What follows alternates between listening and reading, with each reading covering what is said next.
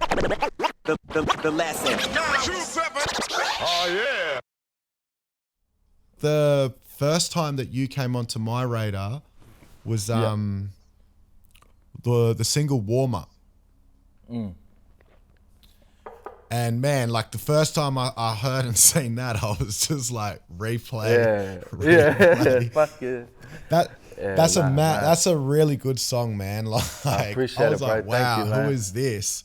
So then obviously off the back of that, then I started paying, more attention and trying to keep up to date with all your shit.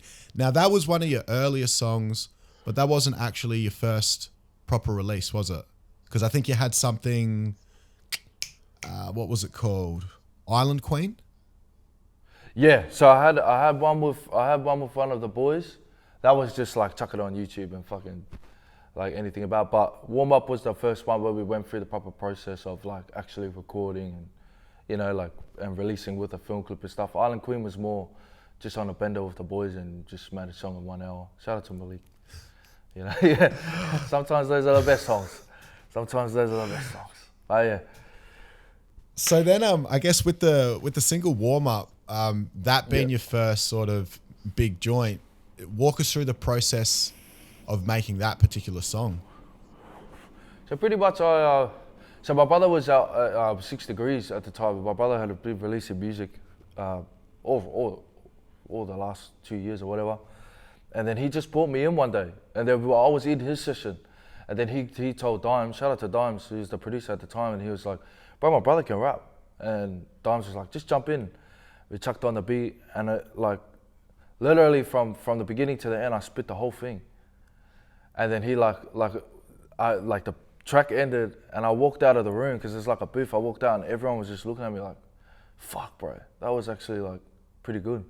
And then he goes, we'll do it again. He goes, go back in, we'll do it again, and we practice with a bit of cadence and stuff like that.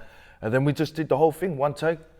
And then, yeah, that was it. That was pretty much it. And then we weren't gonna release it, but I started sending it around the area and everyone loved it. So we were like, fuck it, let's just do it. Like, why not?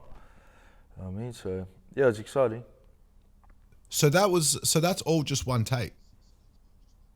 Yeah, Warm Up was one take. Yeah, what? Start to finish, yeah. And then so when you were sending it around to people and then people liked it, is that when you decided, yeah, we'll make a video clip to it and then put it out online? Yeah, because I was always gonna release music, but I just wasn't sure how. Because it was very at that time, what was that? Mid 2020. Bro, I was very saturated with the same shit. Like everyone was coming out with drill.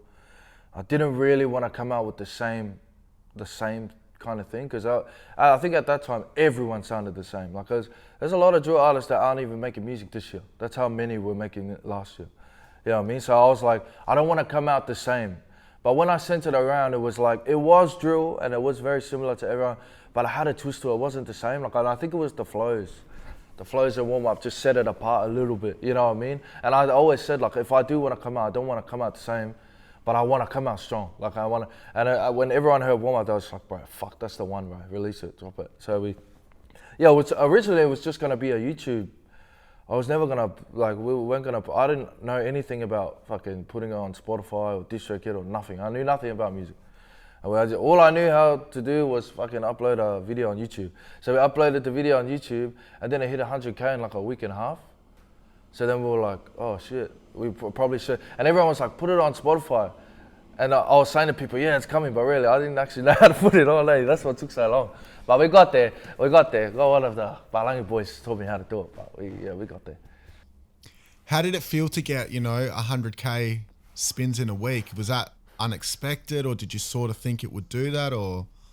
Bro, it was unexpected. I honestly didn't think, because obviously I've got a pretty big following, but I think a lot of people think that because you have a big following, it automatically generates views, and it doesn't always, you know what I mean? And I knew that happened with a lot of artists, so I was like, we'll just put it out, we'll see how we go.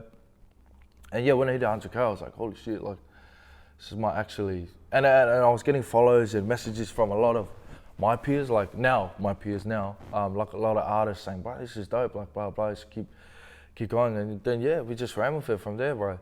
Because 100K, like now, I feel like 100K now is like a mil 2 years ago. Because people were hitting a mil 2 years ago in like fucking Bro, I think they were hitting it in like a week or like 2 weeks. Like obviously not ONEFOUR and Hefs, but like a lot of other artists were hitting close to 1 mil. Like a lot of those old drill songs. And now, because it's so saturated, you know, it's hard to hit 100K. A lot of people take for granted 100K. 100K is a lot of plays, bro. Like that's a lot. 100,000 people playing it, that's a lot, bro. It's something to be proud of. So for us, bro, not that we're about the numbers and shit, but yeah, I think when I hit 100K at that time, I was like, shit, let's do it. Like, let's run it. So yeah. Yeah, and I just checked. I just cool. checked Cool today. feeling. It's on like 320K now, man. Yeah, that's pretty crazy, bro. That's pretty crazy for me, man. I just, like, especially for a one take, not even trying and just doing, you know, like having fun with it. Like, it's pretty. That's great, bro. It's awesome. Yeah, nah, props to you, bro. And I mean, look, when Thank you, bro. when I was been looking through your catalog and stuff, I noticed that there's, you know, some hip hop sounding shit, some R&B sounding shit, some trap stuff, some drill stuff. Like it's a real mixed bag, but everything that you do it well. Thank you, bro. I appreciate that, man. With that particular song, like I popped that in the, I guess in the drill bucket, you know, obviously with a bit of hip hop in there. Yeah. When it comes to the drill shit, because in Australia, drill music is relatively new. What do you feel is, because there's a lot of conversations about the impact that it has and, you know, the question of, is the music a reflection of what's going on or is the music influencing what's going on? With that topic, like how do you feel about the impact of drill in Australia? Well, you would be lying if you said it didn't have an influence. Like it obviously has an influence on the kids. Everyone's wearing, you walk around and everyone's wearing TNs and fucking, you know, exactly what ONEFOUR wearing in the messes, everyone's still wearing it here in Brisbane, like right now. Like, you know, so there is influence. And with the good comes the bad with everything. So as much as it had a good influence and it opened a lot of doors for islanders to, you know, Pacific Islanders especially, to make music and make good money off it, you know. Obviously it comes to bad as well. Like you're not gonna, but in saying that on the same token is like, I think that their argument is crime in our people has been around for a long time. It's nothing new, you know, like people getting stabbed and shit like that happening it's nothing new, you know what I mean? So, but it does have an influence on kids. Like I said, with the good comes the bad, you know what I mean? You can't take no responsibility. Like obviously it does have a bit of influence on the kids, right or wrong, you know what I mean? So when, having said that, when you put out drill music, does that ever cross your mind? And does it have an effect on what you're doing, or you just get out there and do your thing? It didn't, bro, back then. It didn't back then. And then this is a year ago. Like, I've grown a lot now, like in a year. Just where I am in my life and, you know, being a young father and stuff. A lot's changed, you know what I mean? So it did. Back then, I didn't give a shit. Like, I was just posting like, fuck it. I was posting to get a message out, especially songs like Chat.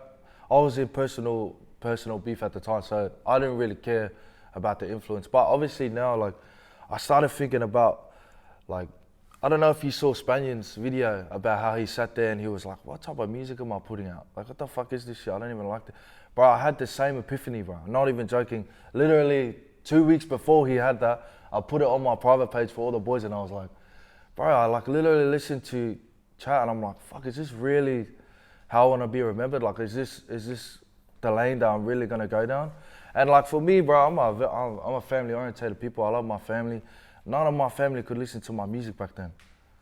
You know what I mean? And that was big for me because they couldn't come to shows. Like I want my mum at shows. I want all my family at shows and to come enjoy it. And like doing drill for me, as much as it was telling a story and I loved it, it was like, I want to do something more than that. Like, you know, hence the songs like Moon and the music that we got coming out now is like a little bit different. It was just kind of coming to a place where it was just like, fuck, do I really want to, you know, it wasn't even about the influence or about anyone else. It was just mainly about me. Like, fuck, do I really want to put music out like this forever? You know what I mean? And obviously the change, people aren't going to like the change. Once I changed, everyone was going, oh, how can you make drill to this shit, blah, blah. I don't give a shit about that. You know what I mean? I'm me in every room. And if you don't got a problem, stop playing it because you're paying me, idiot. So yeah, that's pretty much it. And then when you mention You mentioned there like the influence of say 1-4 and like what they're wearing, or the kids are wearing and shit. When it came to making, I guess, you know, that particular song or any of your drill music, has 1-4 been much of an influence for you personally with the, you know, with the music and the creating the songs? Bro, 100%, 100%. They've influenced everyone. Even the people that don't like them, you got to give it to them. Like they really opened something up for, and I'm not too proud to say it, because of 1-4, that opened up the door. And I don't not believe that all of us out here could have made it without them. Like I truly believe like people like Lisi and you know the boys out here could have made something out of their music without 1-4, but they made it a lot easier for us. You know what I mean? So I think they don't get the respect they deserve from artists. But I'll give them the props they deserve, bro. I'll give them their flowers, man. I'm not too proud. They had a big influence. And why do you think that they in particular had, you know, that big impact and that big influence that they've had? I think they were just really good at it. I think they were just really like, they came in with what they knew, the sound they knew, they stuck to it. And I think that people don't give 1-4 as well, is they're really, really good rappers, all four of them. So it's not like the songs are just good. Like some people are good at just making bangers, like, hey, fuck, this is a mad song. Right, they are actually good at making bangers and they are really good rappers. Like, fucking all four of them probably, definitely in the top 10 of us, in my opinion. All four of them, all in different areas, but yeah, definitely top 10. That's why I think the influence is so big as well. The lesson.